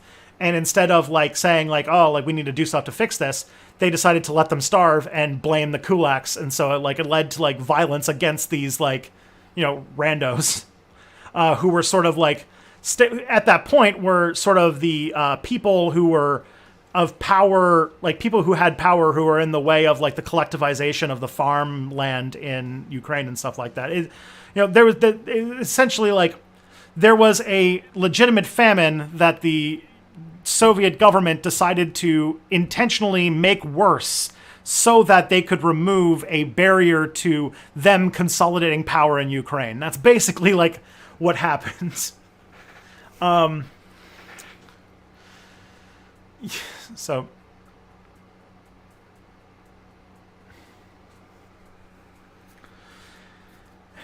and yeah, I think that there's a really big way to talk about how like the Stalinist government was much more Stalin's Soviet government was way more focused on consolidating power and trying to use like a fist to basically put all of the countries it conquered underneath Moscow's thumb.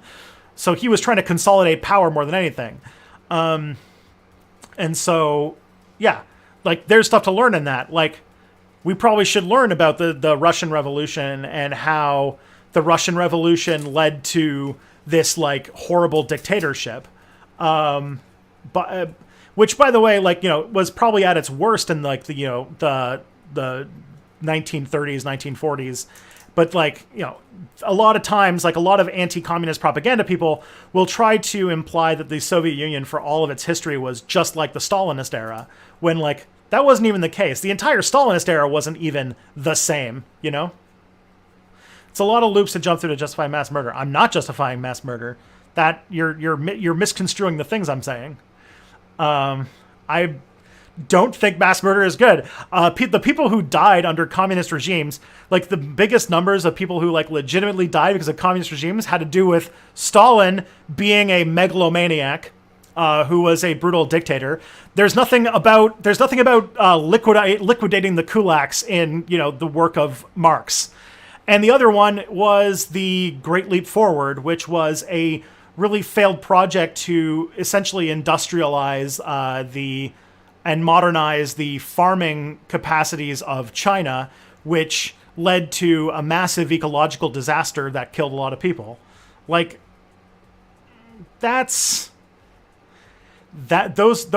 are things that self-professed communists did, but that doesn't make it communism. Like, that's a weird way to say that. But the thing is, like, as a anti-communist, you see, you're taking everything that a communist does that's bad and then saying that's communism. You know, Karl Marx wrote, "Do the Great Leap Forward" in the Communist Manifesto, right? Like,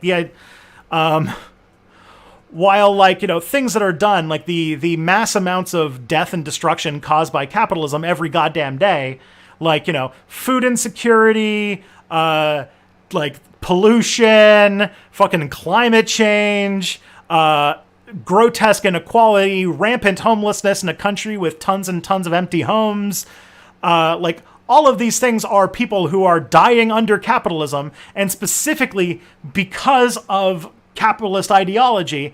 But, if I were to say that, you would probably find some elaborate excuse to say, oh, no, it's just fine because those people deserve to die or something. So that's it.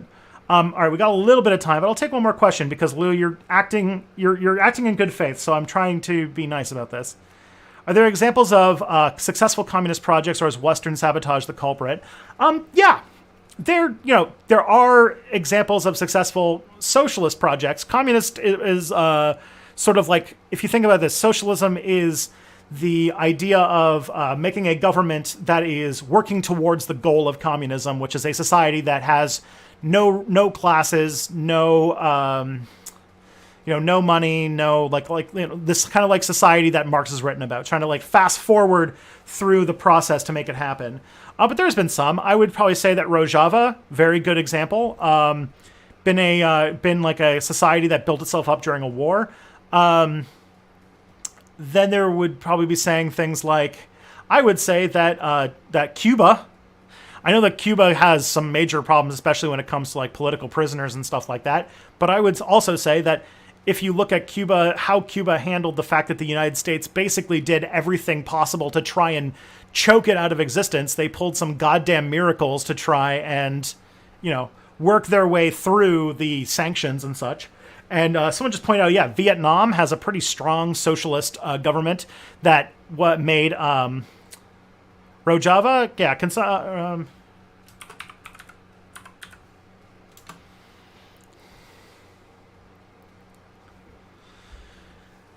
so, and the other one is so Vietnam managed to handle COVID very well.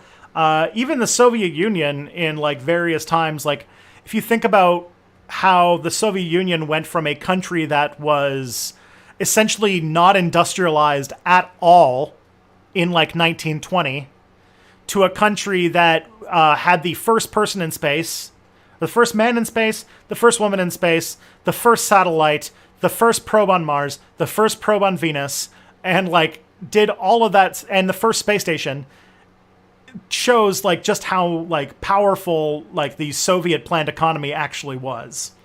A lot of like the kind of like horrors and shortages that a lot of anti-communist stuff talks about when it comes to like the Soviet Union bread lines and stuff like that come from like legitimate shortages. Like it comes from them not having enough stuff because the Russian economy just wasn't as strong at those times as like, as like the United States, for example, was. But when they set their mind to doing stuff, like they could pull fucking miracles because they could mobilize an entire country. Like I always think of something like how Chernobyl happened in the Soviet Union, which like says a lot about like kind of like how bad safety standards got in the Soviet Union near the end of its life, which is, a legitimate criticism to discuss. But like the amount of resources that they were able to muster to handle the disaster at Chernobyl is stuff that the United States would never have been able to do. Like, if Chernobyl happened in the United States, they would have poisoned like half of America, and like they would have, the United States instead would like try to convince people that radiation is actually good for you, and they would like make sure that like only like people of color and like people who are homeless live in the irradiated regions. And yeah, like, so there's a lot of different examples to look for. But yeah, you are correct that like a lot of socialist programs, especially in Latin America, as they started getting going because of the Cold War dynamic, the U.S. would actively work to undermine it, including assassinating leaders and propping up right-wing dictators and stuff. So there's a lot of issues with that. Okay. Hopefully that's enough. I think we are past the time that I'm supposed to end the stream, so I gotta find someone to raid. But this was good. Strong end. But let's see. Okay, let's raid Emily. Good call. But yeah, everybody. And Aria GFN, thank you for the subscription. Sorry I missed it. But yeah. take care of yourself. Well, we're going to go right, Emily. Everybody, though, I'll be back tomorrow night for a Step Back Tonight. Take care of yourselves. Take care of each other. And hopefully we can move on to... hopefully we can have a good week. Cheers, everybody.